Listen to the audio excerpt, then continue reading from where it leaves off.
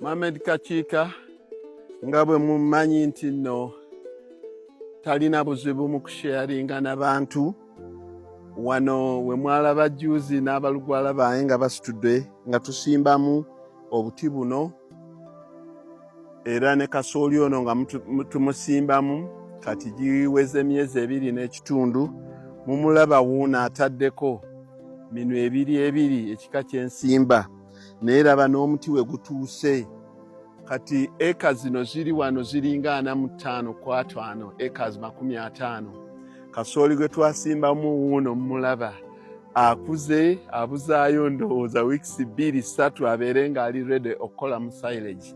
Bw'amala either bwe tuba tusazeewo mukolako silage oba ekitundu ekimu, omulala tuyinza omukaza ne tumukubamu emmere y'abantu gye balya oba n'okujja maize bran ente gwe zirya. Bannange kino olubeerera kye mbadde mbannyonnyola ekya Mr. Cashflow. Oli waddembe okumpita Mr. Cashflow. Kati emyezi we ginaagenda okuweerera 3 n'ekitundu wano nga waliwo cash. Awaali ekibira kyennatemanga nkibalaga mukiraba. Ne tuzzaamu emiti gyange, kino kye kisenge kyange kwe neesigama. Kati wuuno mulaba kasooli asemberedde okutuuka okuggyibwamu. Ekyo si kye tuyita cash flow. Kati bwe naamala okugyamu kati gwe teebereza eka zizino kumpi 50. Mu myezi 3-4 nga giyiseewo ngenda kuba kasooli ono nga mmugyemu. Sizoni y'enkuba eddako ekitundu kino kyonna ngenda kiwa abatuuze b'okukyalo. Wano tuli mu kitundu ky'e Lusanja ekiyitamu ne kigenda n'eri mu Ndiba. Ngenda kubawaawo basimbemu ebijanjaalo byabwe. Ekyo kwekola projects nga zirina social impact. Kati tugende mbalage omuvubuka oli gwe nabalagako w'ebijanjaalo we namuwa awalala waasimbye. Era mwe nalina kasooli gwe nabalagako nga alina emiti gyange. Mulooke mulabe nti omutima ddala omulungi, emmeeme ennungi enaafunanga. Kuba bwe namuwaawo ojja kulaba emiti gyawe bwe gikuze nga nabo ebijanjaalo byawe bituuse. Tugende sayidi y'omu Ndiba eri nkulaga awalala.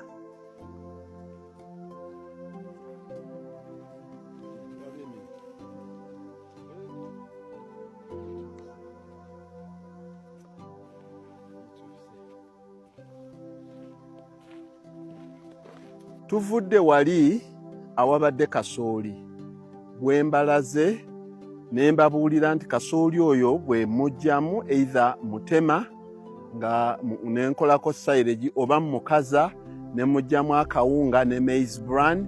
Kati tuzze wano we nabalaga ndowooza emyezi 2 teginnawera emabega nga nziridde ensazeewo emiti gyange ebikonge biibino. Bwe namala okusalawo nensimbamu kasooli wange nenzizaamu emiti gyange. Gino emiti kati myezi 6 nenzizaawo emiti gyange. Bwe namala okugyamu kasooli namubalaga wano kasooli nga mutemamu. Wano bayitawo Ndiba continuation yeeri mu Lusanja. Bwe namala okugyamu kasooli wange nempaawa abantu. Group z'abakyala ziri 2. Waliwo n'omuvubuka oli eyanguza ebijanjaalo gwe mwalaba omuvubuka yayoola obukadde bwe. Be bannannyini wano ziringa acres 15. Laba ebijanjaalo byabwe bye basimbyemu bwe bifaanana. Naye bannange simanyi oba musobola okulabako obutambi obukadde ne mutunuulira we nabaweero kabalamu okusimbamu ebijanjaalo. Obuti buno bwali buyuuga nga buvuddemu kasooli. Buba butono nga buwanviiridde olwa kasooli. Nabuteekako akajimusa katono nempa abantu basimbemu ebijanjaalo byabwe. Oba baayoola bukadde bungi luli ku acres oba zaali 4 wali ewa Mutyaba. Kati ate wano bagenda kukola batya abali ku acres nga 15. Bannaye Bayibuli etugamba etya nti emmeeme egabaagaba eneegejjanga. Mulaba emmeeme egaba bwegejja. Mulaba emiti gyange bwe gitambula. Mulaba emiti ku myezi 6 we giri. Kati tugende mbalage ate bano bannannyini kusimba bijanjaalo bino we baasookera we nabawa awalala we bajja ebijanjaalo biri bye nagula bye nabalaga nga mbagulako mulabe emiti gyawo kati gifaanana gitya, muloke mutegeere nti omuntu bw'anoonya obugagga ng'ayingizaamu n'abantu abalala nabo bafunemu, yeeyongera okufuna. Ekintu ekyo abantu tebakitegeera nti yeeyongera atya okufuna. Tunula butunuzi ku muti gwange guno olwoke otegeere engeri omuntu gye yeeyongera okufuna. Ogiraba giigino myezi 6 kati gitandise okwegatta, myezi 6 gitandise okwegatta, era we bagiramu ebijanjaalo byabwe bino nga tokyalina kirala kyoyongeramu. Tugende Embalaga we baasookera. Kati bannange tuvudde wali mu ndiba we mbadde Embalaga, emiti gyange we giringa mirungi egy'emyezi 6. Abavuuka n'omukadde we basimba ebijanjaalo n'abakyala. Kati wano we baasooka okusimba ebijanjaalo biri omuvubuka bye namugulako bye yafunamu millions. Kati bannange mulabe results, benefits, omuntu ebintu byafuna bw'anoonya ssente ze naye ng'akolagana n'abantu. Kati emiti giigino mugiraba gya myezi 9, mugiraba obukulu gye butuuseeko, mugiraba okunyirira kwe giriko. Abantu baafunamu nga balimyemu ebijanjaalo byabwe, nze nange nfunamu emiti gyange nga gikula. Kati akantu kali ke mbategeezezza, aka cash flow mutandise okukalaba. Guno omuti bw'ogutunuulira kiki ekijjama mu bwongo bwo nti gya myezi 9 we ginaaweereza emyaka 2 ng'olaba ki? We ginaaweereza emyaka 2. Naye kiki bannange kye mufunamu? Mbayigiriza kukozesa ttaka lyammwe bulungi. Wano natemawo emiti yali November December omwaka oguwedde. Kati tuli mu gwa 10. Omusajja oli yalwawo okumalamu emiti. Tuli mu gwa 10 naye nasimbawo kasooli emirundi 2. Abantu b'oku kyalo ne basimbawo ebijanjaalo nga mmaze okuzzaamu emiti gyange. Kati girabe gye giri. Kaneetambulireko mbalage obukulu bwe giriko.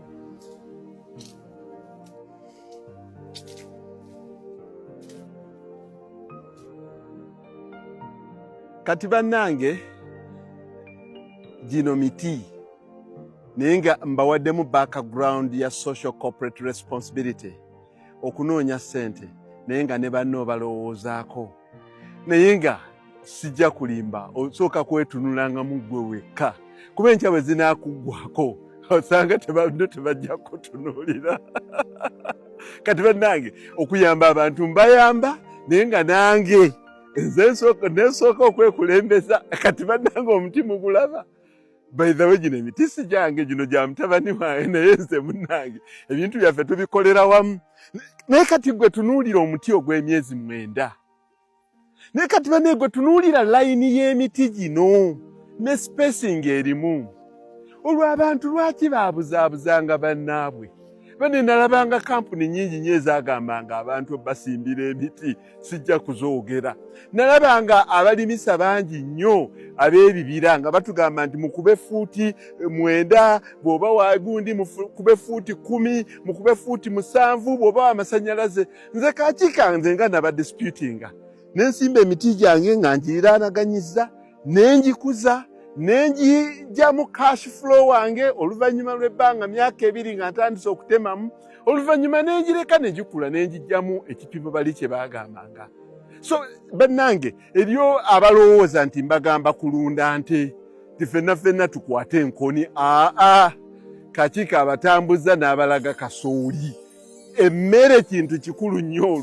Lwe tulituuka nti Uganda importing emmere lwe mulikitegeera.